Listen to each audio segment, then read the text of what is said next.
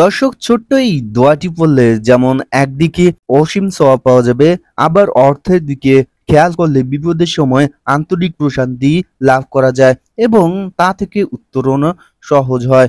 সুতরাং মানুষ তার মনের একান্ত সৎ কামনা বাসনা, চাওয়া পাওয়া তথা কাঙ্ক্ষিত লক্ষ্যে পৌঁছার জন্য আল্লাহর শিখানো ভাষায় এবং রাসূল সাল্লাল্লাহু আলাইহি সাল্লামের পবিত্র জবান মুবারকের হাদিসের বর্ণনায় আমল করলে আল্লাহ তাআলা মানুষের সকল প্রকার নেক মাকসেদ পূরণ করতে পারেন।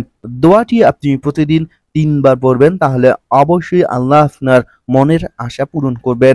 দোয়াটি অত্যন্ত কমন এবং অত্যন্ত সহজ, তবে আমরা অনেকেই না জানার কারণে আমল করছি না।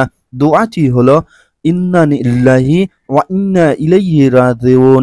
অর্থ, আমরা সবাই আল্লাহর জন্য এবং আমাদের সবাইকে তার সান্নিধ্যে ফিরে যেতে হবে।